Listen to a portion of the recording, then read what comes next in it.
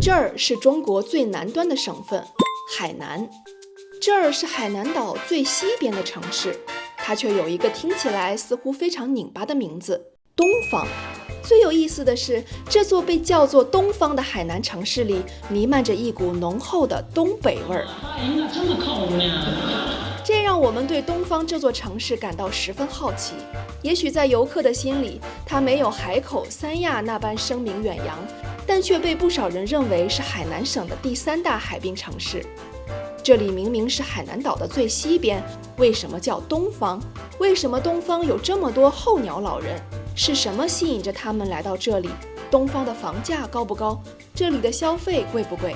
这一次，我们一起到东方看一看。一般黎族少女12岁之后就会出来独居在这个地方。那这样就给80万都不卖。那像我这么大的还能学吗？可以当你的师傅。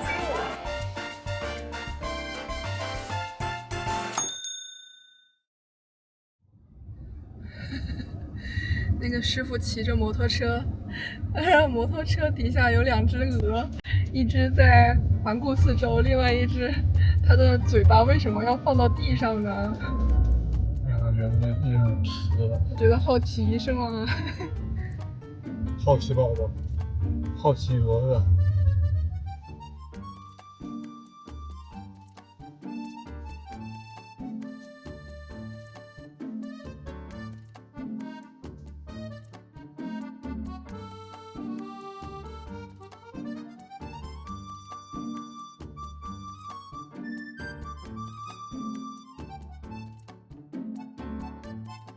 我身后的这片小区，感觉它应该是东方市的网红小区吧？你们看一下这个楼密密麻麻的，这个压迫感扑面而来啊！等会儿我们就去这个小区里面逛一逛。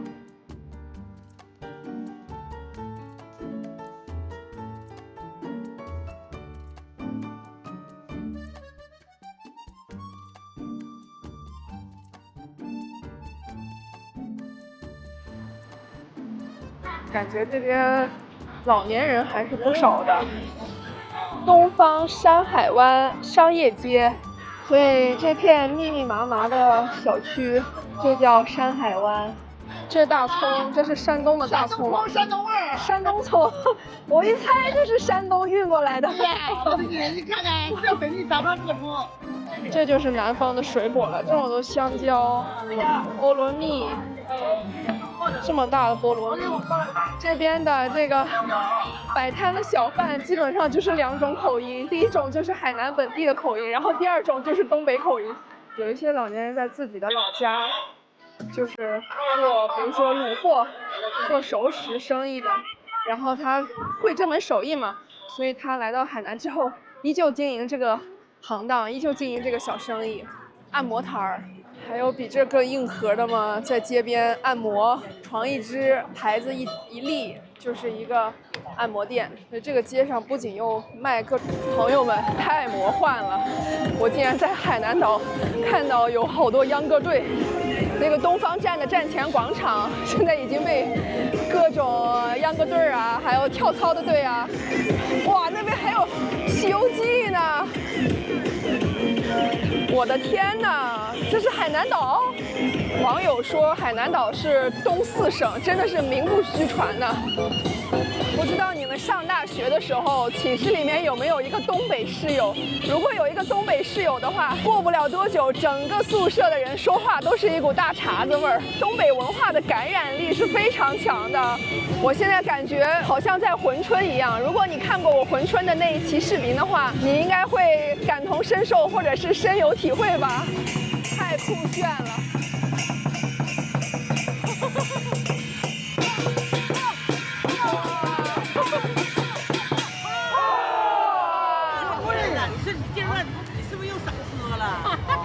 你是多喝点，跟不上了。家哪儿的呢？东北的呀，东北哪儿的？辽源的。辽源的，吉林辽源。东北在海南就这一种陶器乐。对对，他这个前面还有个打太极拳的。哦。他到6点10分结束，完了这不就开始。这场地预约的挺紧的。啊，挺紧的。这路边要是没有这2棵椰子树的话，我真的感觉自己现在就在东北。对于一个城市来讲，肯定是希望越来越多的外来人才流入自己的城市。那如果这个外来人口大部分都是老年人的话，对于这个城市来讲是机遇还是挑战呢？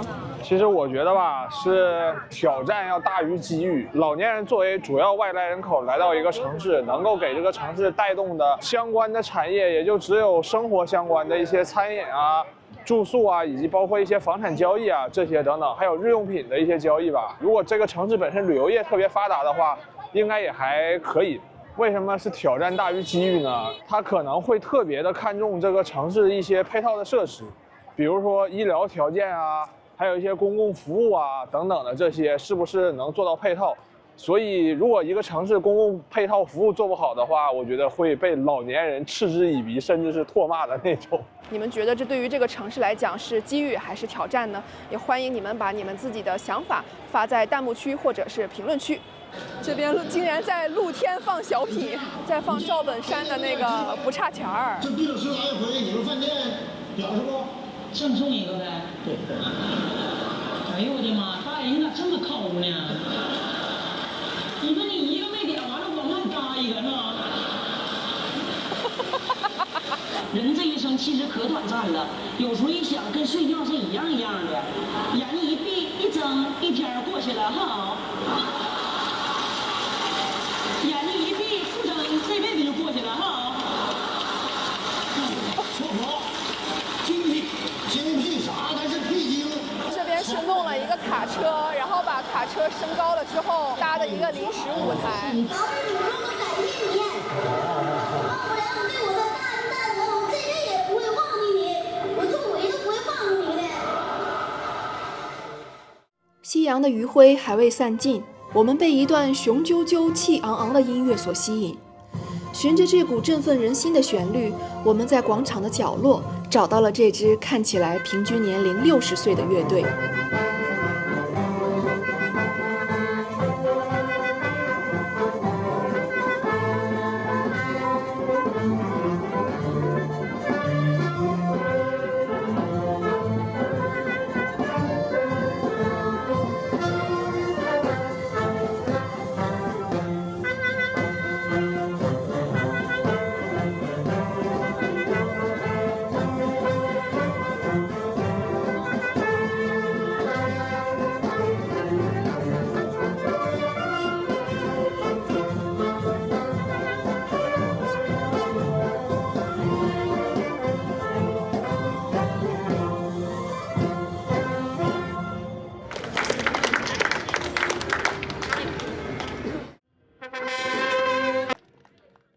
热热闹闹的氛围和密密麻麻的房子引起了我们极大的兴趣。里面是什么样子？租售价格又是什么水平？我们打算到社区里面一探究竟。这个小区底下各种房产中介和旅行社，我现在也走了也没有50米吧，感觉就已经看到10家旅行社跟房屋中介了。这个就是山海湾的正大门了，它的这个左边还有很多小摩的，约等于出租车吧。我们现在就带大家去山海湾里面看一看。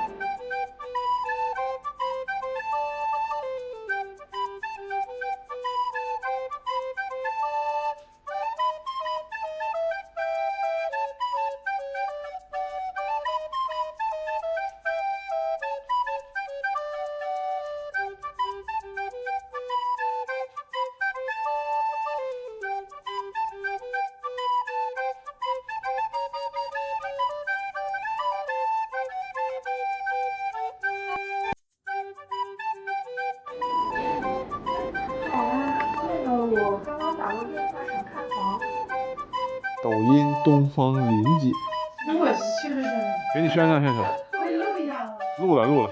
咱们如果觉得这边房子还不错，可以来找抖音东方林姐。你是林姐本人吗？是啊。录吗？录了。录了。我现在给你输录了。我也没走开。没事，我挑好的放。这几个电梯的？这个是3个是吗？哦。货梯，我看那个上面写的是货梯。最高是3梯10户，还有3梯15户。3梯15户，我的妈呀！那要是全住满的话435。哦，它是这种形式的一个连廊，感觉像是大学宿舍那种，一个走廊连着好几个房间。哇，这个不错哎，这房子，干净整洁，带着一个阳台。哦，底下是各种健身器材，还有老年人在那儿运动呢，还有小孩玩的地方。那边看过去全是楼，这边有一个小餐厅，然后冰箱。哦，这个是厨房，厨房就是这样式儿的。这厨房面积也还可以哦，够大。然后厨房这边有一个小窗户，这个小窗户就是连接到门外的那个走廊那儿了。这个房子是卖的还是租的？租的，刚退的。这房子要是租的话，一个月多少钱？去年租的是2万。2万1年？半年。半年，咱们这边都是按半年算的，是吧？你这给人照顾的房子很仔细啊，林姐。那怪不得你收这么多锦旗呢。对呀，都他们给我送的。主卧，洗手间也很干净，但是洗手间是没有窗户的。东方这边是要比三亚那边就是再凉一点吗？对比三亚低个5度到7、8度吧。三亚那边它没有风，咱们没有风，不潮呢，就跟这风有关系。玲姐，她这套房子要是卖的话，大概能卖多少钱？现在的成交价就像2楼、3楼的50多万了，高一点的60多万，像这样的给80万都不卖。哦，给80万。对。它这个是多大平米的？这个本的面积是62，赠送22平，一共是84。那其实老两口住是完全够用的。老两口这儿孙都能在这住。像我们这么大的，就是20、30左右的年轻人多。少。没有哈。没有，都是我，就像我这样属于最年轻的。夏天1000到1200，小户型的500一月。等会儿我带你们录那小户型。哦，这个算大户型。这是大的。一整排露天的连廊，然后连接着10几户人家，大门口出来的正对面以及屋子里阳台看过去都是楼景房。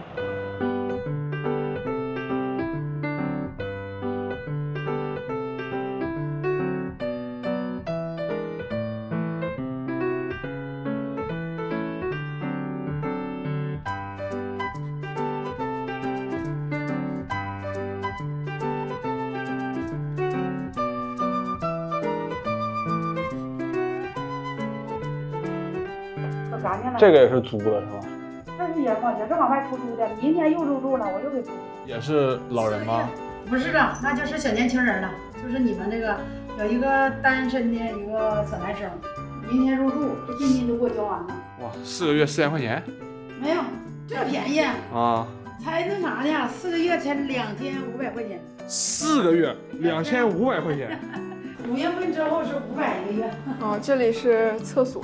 哦，这厕所也好干净啊，真喜庆，大红被单。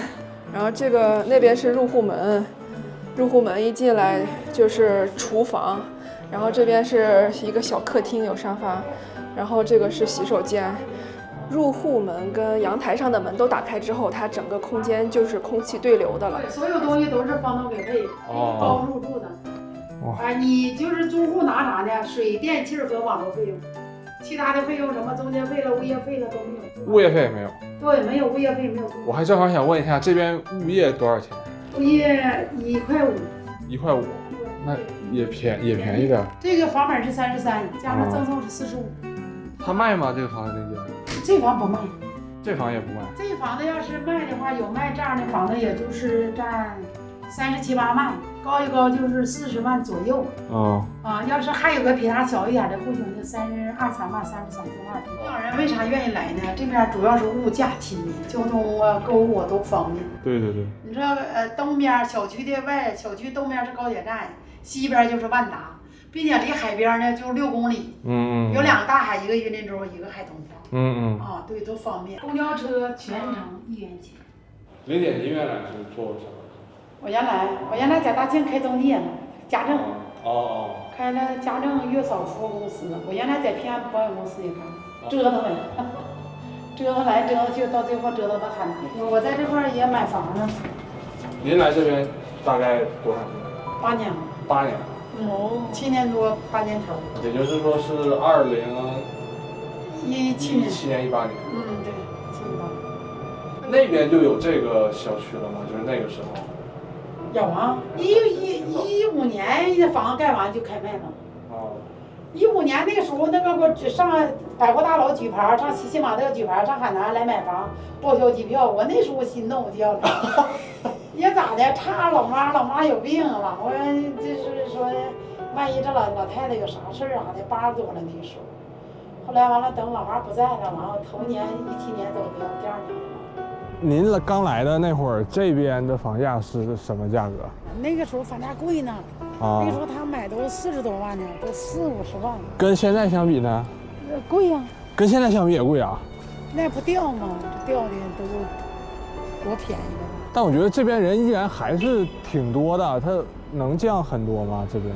什么降？就是还是有一些人不是在这边要过冬什么的。你看现在这房子是不是都买7、8年呢？7、8年那一批的，就是说50后买的，有的身体不好的、岁数大的、老人不来的、儿女不让来的，就这样式的房子就往这买。哦。现在就是这样，对。完了，等像我们这个人，这孩子年轻，你们这来，不都陆续就在买吗？都在买嘛，就是卖给下一茬的年轻人。年轻人也有一天会变成老人的呀。40后，对呀。年轻人老完了，这一茬一茬周而复始的。好，谢谢您。谢谢。好。完了，欢迎你们来找我啊。好，谢谢玲姐。好，拜拜。就是我抖音的作品好多，您粉丝比我们多。您粉丝真的比我们多。好，拜拜，玲姐，拜拜。我们刚刚在1楼买了一瓶饮料，它这边的这个小区里面，每一栋楼的1楼啊，感觉都是商住两用的，因为它的1楼基本上都是商户，比如说什么棋牌室啊，或者是中医诊疗室啊，或者房产中介呀，或者小商店呀，都是这种。然后2楼以上我看才是住宿用的，给大家感受一下这个楼间距跟这个密度啊。这个小区呢一共有24栋楼，每一栋楼呢都有29层，那每一层呢住了10到15户人家，也就是说一栋楼大概住了有900、1000个人。那整个小区呢加起来也有9000多户，将近1万户，所以估计啊住在这个小区里的人大概有个1、2万口人。但是现在已经是这个3月份了，有一些候鸟呢他已经回家了，现在住在这儿的人呢也没有说那么多，但是我们在路上还是碰到一些话题了。这个湖是小区里面的这个湖啊，它的位置应该是在小区的中心地段，然后那边那个湖这边，这里有一群人在那儿走圈。哇，这池子里都是鱼！大锦鲤，保佑我的粉丝们都一切顺利哦，好吗？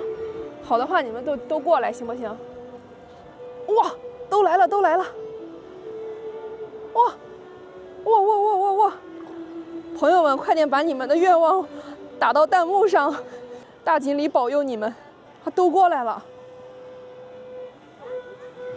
剑不走大部队啊！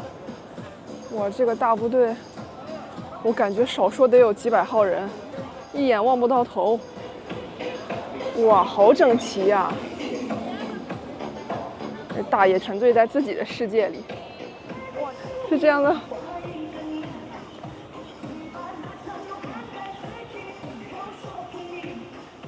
市不仅是候鸟老人的过冬地，也是海南黎族文化的重要聚集地之一。东方市原名东方黎族自治县，1997年撤县设市，黎族文化保留较为完整。白茶村的船形屋则是黎族重要的文化象征，也被称为黎族最后的精神家园。我们也想看一看黎族人的家园有什么不一样。我们把车开到景区入口这里，它就不让进了，所以你要在这里买那个摆渡车的门票。摆渡车的门票15块钱一张，我们2个人一共花了30块。在这儿，票在这儿。最后的对着的，然后除此之外呢就没有窗户之类的了。哦，这还有原来做饭用的那些碗具。它这个房梁啊，其实并不是很高，我刚刚差点磕到脑袋。我感觉这个房梁也就1.6米，所以我每次在这个屋子里面走都得低下头，要不然很容易碰到。黎族不仅仅是海南岛这个最早的先民啊，也是东方市最主要的少数民族。船形屋呢，就是黎族最早居住的房子。相传啊，黎族的祖先最开始乘船来到了这个海南岛，那因为没有地方居住，所以他们就把自己的船反扣过来当自己的房子。那后来的这个黎族人呢，为了纪念自己的祖先啊，就仿照着这个船扣过来的样子，建造了现在的这个船形屋。所以现在我们看到的每一间船形屋，它都像是倒扣过来的一艘船。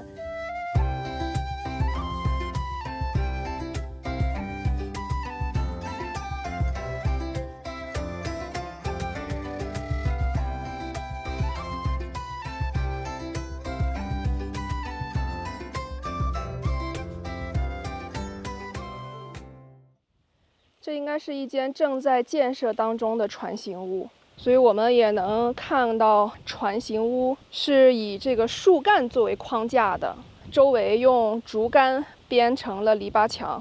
当然，这只是船形屋的一个大概的框架啊，后面会再抹稻草泥上墙。屋顶呢，就是用那种捆扎成片的茅草覆盖，然后这个茅草几乎是延伸到了地面，非常的长。这个村子最早期是有人居住的啊。当时有70多户，300多黎族的村民居住在这个地方。那后来因为村落改造嘛，所以当时的这个村民全部搬迁到了新的村子里面。现在我们参观的这个村子呢，也被很好的保存了下来。那目前呢，它已经是我们国家的非物质文化遗产了。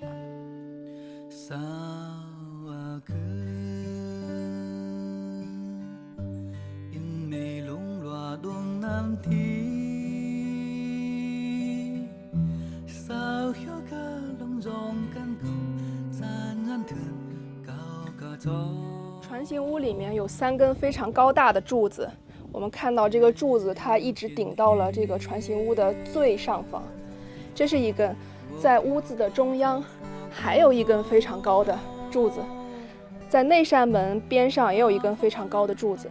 这3根柱子在黎语里面叫歌额，象征的是男人。那么在3根柱子的旁边啊，分别有2根相对来讲比较小的柱子。这个柱子呢，在黎语里面叫歌定，象征着女人。歌额和歌定共同支撑起了这间船形屋，也就是说，一个家庭是由男人和女人共同构成的。想要生活幸福美满，需要男女双方共同去经营好自己的家庭。这里有一个房子叫谷仓，这个就是老百姓用来放粮食的地方。我们能很明显的看到它这个底下是垫高的，这样子的设计呢，既可以防潮，也可以防止老鼠偷偷溜进去。这个谷仓的门就更小了，它整个房子里面就这么一个出口。这个房子呢叫垄龟，我们看一下这个垄龟里面是什么样的。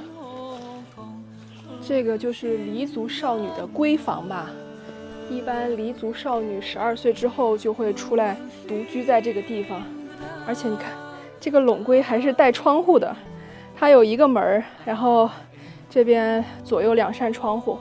它这间屋子不是那种倒扣船的形状，虽然它的这个材料啊跟那些船形屋用材是一样的，但是它整体的这个房子的形状啊跟船形屋是不一样的。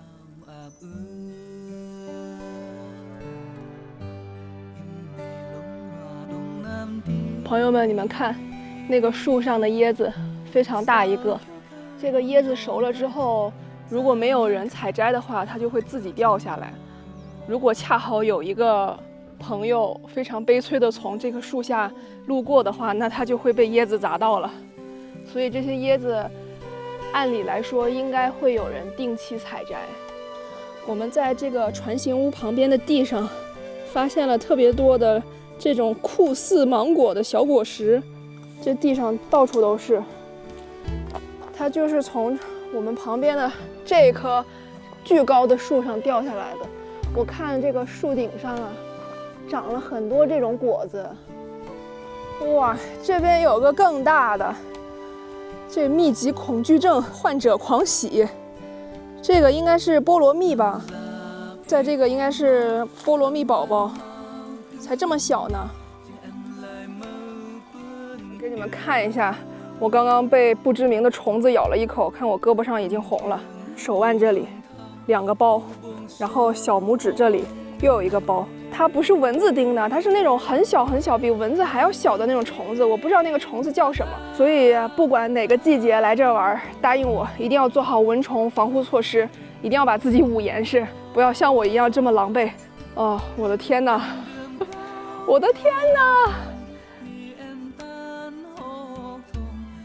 我感觉这棵树得有个100年了吧。盘宗错节的老树根，见证着这个村落的历史与发展。可以想象几十年、几百年之前，黎族的小孩在村口的这个大树底下嬉戏玩闹，黎族的老年人坐在这个大树底下乘凉聊天。一晃几十、几百年过去了，现在这个村子里已经没有人了。然后我作为游客来到了这里，也是弹指一挥间呀。在白茶村的时间仿佛凝固了一样，进入村中好像穿越回1000年前的部落，走出它则一下子来到了1000年后的城镇。它既是黎族文明的见证，也是现代人寻找精神原乡的秘境。正如黎族老人所言，船行屋不倒，黎家的根就永远在。在告别了白茶村后，我们回到了东方市区。要读懂一座城的灵魂，就必须要潜入它的夜市。晚上8点，东方的夜降临了。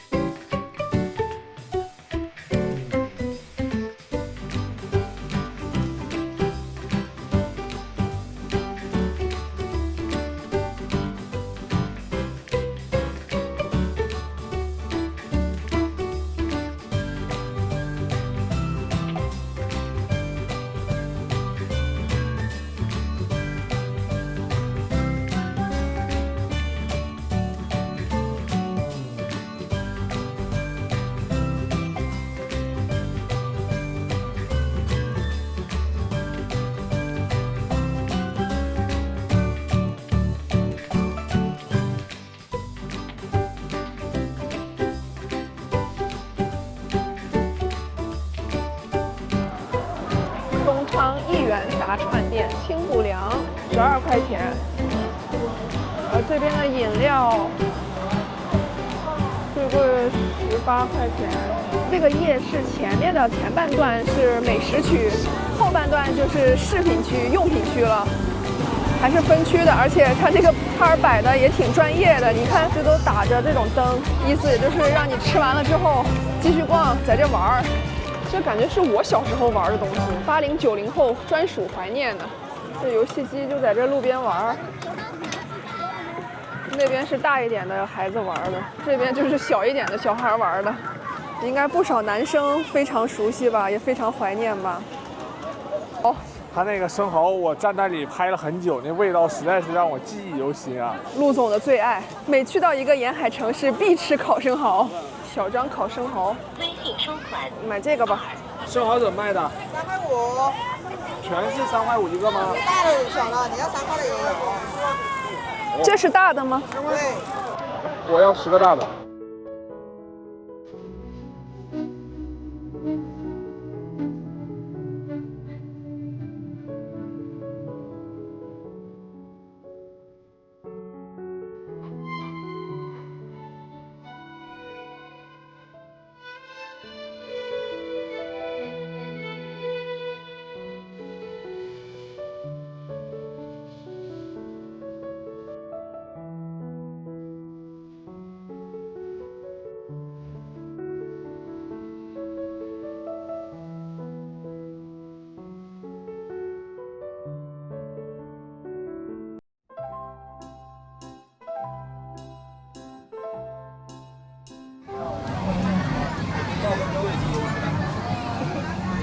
味道如何？非常的赞。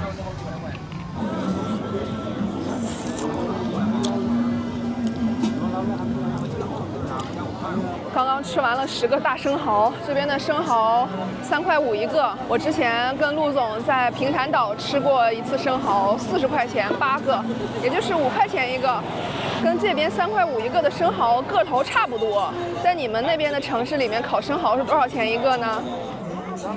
现在是晚上9点37分，夜市上的人肉眼可见的越来越多了。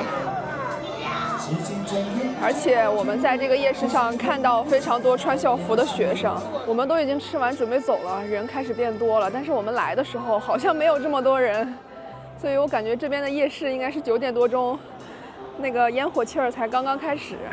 我感觉这个夜市应该是本地人会经常来的一个夜市，因为我们吃饭的时候，周围的人都是本地口音，很少能听见大碴子味儿的普通话。晚上10点，东方夜色未央。霓虹浸染的街道仍蒸腾着烟火，滋滋作响的美味挑动着食客的神经。此刻纵有千般不舍，我们也得放慢贪吃的脚步，因为一道传说级的本地名吃正准备上场。我们现在要去品尝一下东方市当地的特色美食烤乳猪。烤乳猪的发源地是东方市的四更镇，所以它也叫四更烤乳猪。它距今已经有300年的历史了。我们现在要去烤乳猪一条街，那边全都是卖烤乳猪的。今天是妇女能顶半边天啊，所以你要吃掉半只猪。你们看这个门口的佩奇，挺有海岛风情的啊。今朝有酒今朝醉，生活不要太疲惫。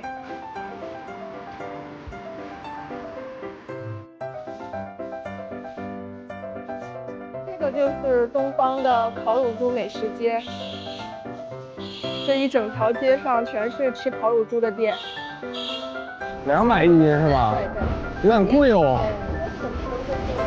再来看看要多少？我们逛一下去，谢谢。多少钱？啊？200一斤呐？对。能便宜点不，老板？你们要吃饭是吗？吃饭你们可以团购，有团购。团购多少钱？团购上面你自己看细则吧。啊。肯定比这个便宜的。哦。看一下想吃再点。猪猪这么可爱，怎么能吃小猪猪呢？这顿饭1斤烤乳猪200。然后加米饭一共多少钱？哎，收你200就好了，好吃帮我们分享。好。谢谢。哎，你告诉我吃肥是吃瘦的没有？吃脆一点的吧，我们想拍的是都脆，但是说，当然如果钱肥的部位有瘦的部位。208，但是也是收您1斤的钱。好。给您少了8块。好。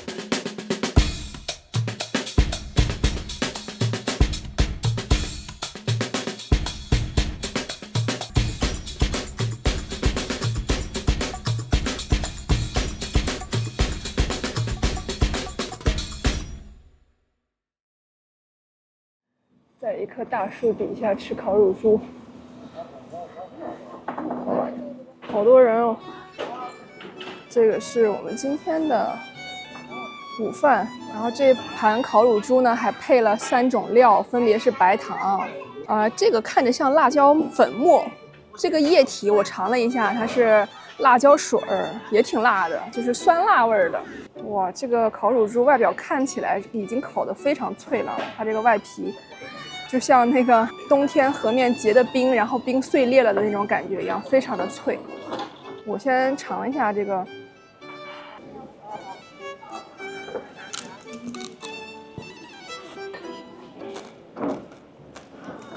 哦，不错哎，真的外皮非常的脆，而且里面的肉也非常嫩，外酥里嫩。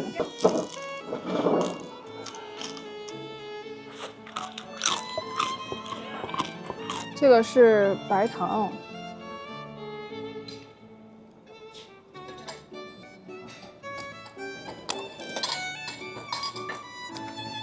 吃这个猪的猪皮，感觉就跟吃薯片一样，嘎嘎脆那种感觉。然后这个猪肉啊，它烤得很嫩，一点也不柴，一点也不老的那种。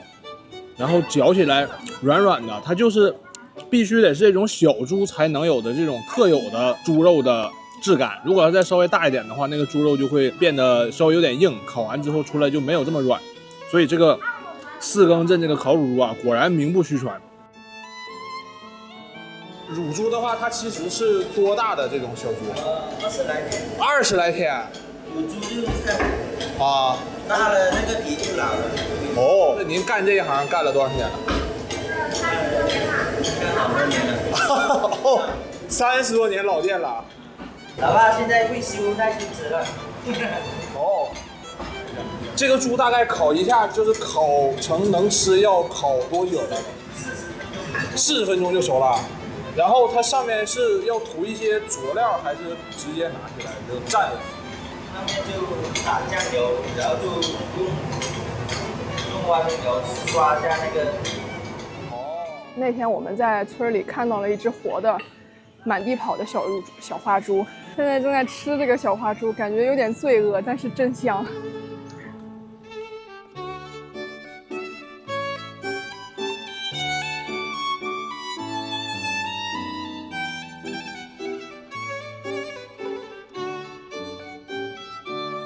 再看在那里趴的，黏黏糊糊一个。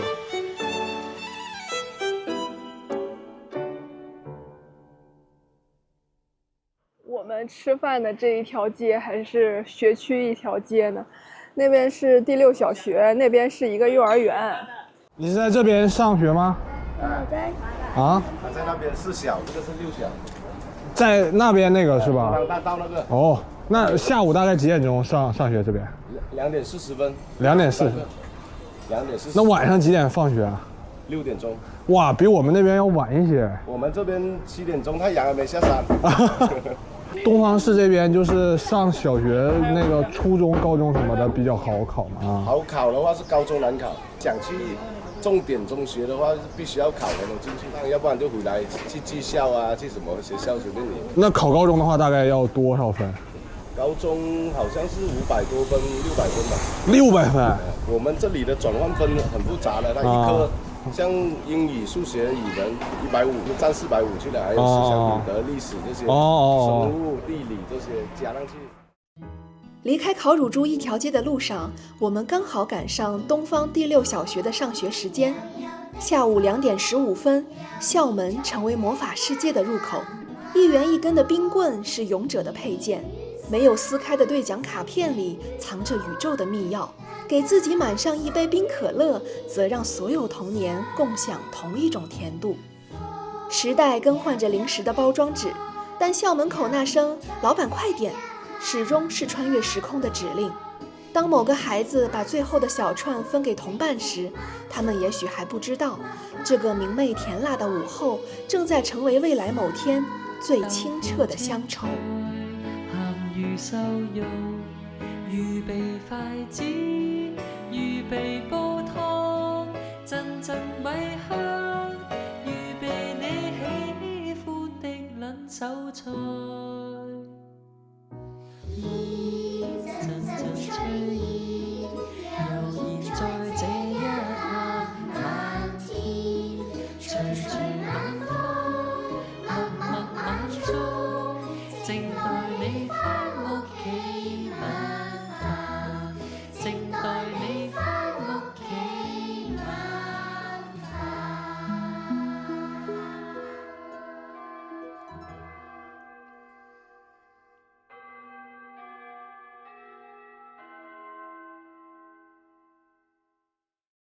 我们现在在海南省东方市的铁路博物馆这里。我们本来想去东方市的博物馆啊，但是我们没有搜到，只搜到了一个铁路博物馆，所以我们就来这里参观一下。椰影婆娑的滨海路上，海南铁路博物馆静卧于一片苍翠之中，斑驳的旧建筑与铁锈斑斑的机车沉默对望，仿佛时光的碎片在此凝固。晚清时期，张之洞挥毫写下海南铁路的初梦。1919年，孙中山在《建国方略》中勾勒出琼州的铁路蓝图。然而，积贫积弱的国土终究拖不起时代的铁轨。1939年，日军侵略海南岛，东方市8所港成为侵略者掠夺海南矿产资源的枢纽。铁路博物馆的1号楼，刚刚在门口问了一下那个师傅，他说1号楼呢是不对普通游客开放的，只对一些社会团体啊，或者是学校啊开放，作为一个爱国主义的教育基地吧。这栋大楼始建于1941年，它是当年日本侵占海南岛的时候，在这个地方修建的一个驻军指挥部。为了将掠夺的矿产运回本土，日军强征数万中国劳工，许多人在皮鞭与疟疾中倒下。10公里轻便铁轨下埋着皑皑白骨。海南第1条铁路竟以屈辱为枕木，在血色中铺就。院内陈列着日军的 K3型矿石车，车身上禁止出岛的标记是那段屈辱历史的刻骨记忆，也是对侵略行为的无声控诉。在3号馆的后面，镇馆之宝美龄号躺在夕阳的树荫下。这辆墨绿色的公务车产自日本昭和16年，曾是日军高级军官的座驾，战后被国民党政府接收并改造为公务车，因宋美龄曾乘坐过而得名。宋美龄曾乘坐它奔走远方，却未曾想到最终它会停在东方市的铁轨上，属于它与它的时代都走到了尽头。可历史的车轮仍在滚滚向前。1986年，在山西大同机车厂的轰鸣声中，一台名为建设6499的蒸汽机车诞生，并肩负起海南客货运输的重任。在那个时代，海南还只有1条铁路，火车也开得很慢，从东方去三亚也要睡1个晚上才能到。而蒸汽机车的水汽与轰鸣也成为了许多海南人共同的回忆。2003年5月，建设6499在一声长鸣中退役，海南正式告别了蒸汽时代，开启了内燃机车的篇章。如今的东方市已经通了环岛高铁，3小时便可贯穿椰林碧海。我们在参观途中偶遇了一对母女，小女孩指着建设6499问妈妈：“它比高铁跑得快吗？”妈妈说：“它跑得很慢，可是也跑得很久。”那是妈妈小时候坐过的火车，它是那个年代最好的火车，坐过它的人也很幸福。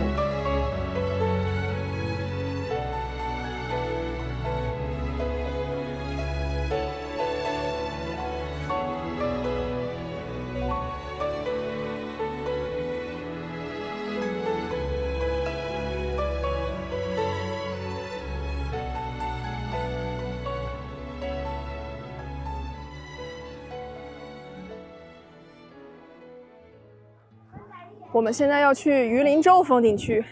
榆林洲风景区，是很多人来东方必来旅游的一个地方啊。那边是游客服务中心，再往前走，前面那个高高的小山坡上面有一个灯塔，那个就是榆林洲了。我们现在所走的这一片都是榆林洲风景区。榆林洲的沙滩边上有很多仙人掌。好多仙人掌都开花了，朋友们，你们见过仙人掌开花吗？我反正很少见啊，很少有机会见到。我们现在沿着这个台阶，登到那个灯塔底下，看一下那边的风景。这个榆林角灯塔也是船舶进入巴索港以及环岛西航线上的重要驻航标志。我们现在已经上到榆林洲的半山坡了。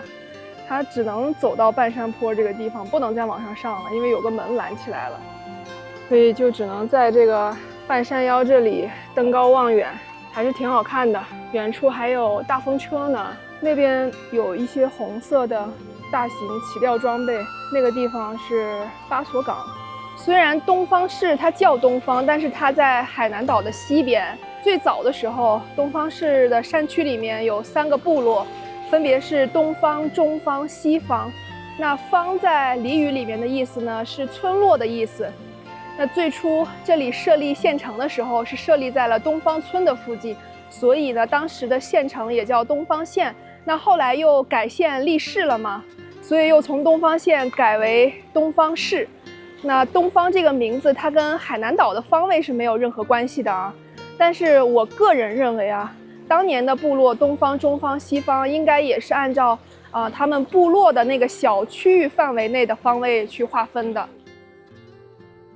这里是海南岛的西海岸啊，所以能看到非常美丽的夕阳和落日。这个太阳的余晖照在海面上，波光粼粼的，非常的耀眼啊，也非常的好看。站在榆林洲的沙滩上，我望着夕阳一点点沉进海里，海浪把橙红色的光揉碎了又铺开，清澈的海水漫过沙滩，漫过候鸟老人的脚印，停在一尊被海风磨旧的佛像前。几位本地人正点燃香火，合掌祈福，面朝大海，面朝夕阳，希望明天依旧阳光灿烂，生活温暖而美好。孩子们蹲在海边挖沙子、挖贝壳，挖出的每个沙坑又被潮水温柔地填平。在礁石缝隙里苦苦寻觅螃蟹的男孩，终有一天会成为静看空沟的老者。此刻孤独垂钓的人，或许也曾为一只海螺而欢呼着跑向母亲。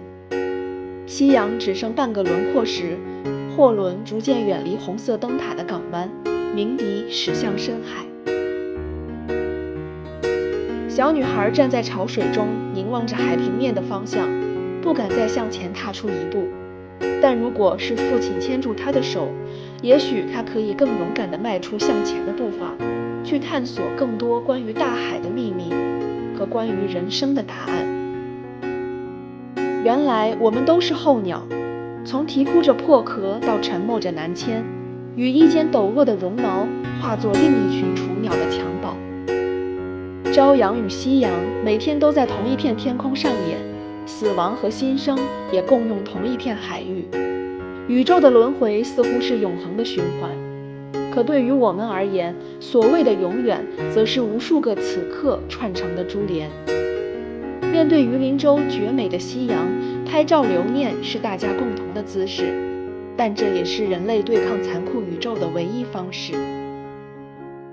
我该用什么把你留住？除了记录之外，也许剩下的就只有陪伴。他们陪我们走过了一路的崎岖坎坷，终于来到这片落日的大海前。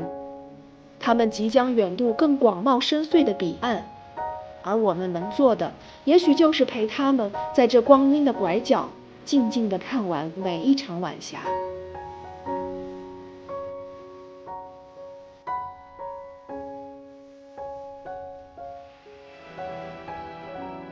其实我们都在这片海滩上前行，在所有归途终将抵达后，太阳依旧从东方升起，太阳依旧在东方落下。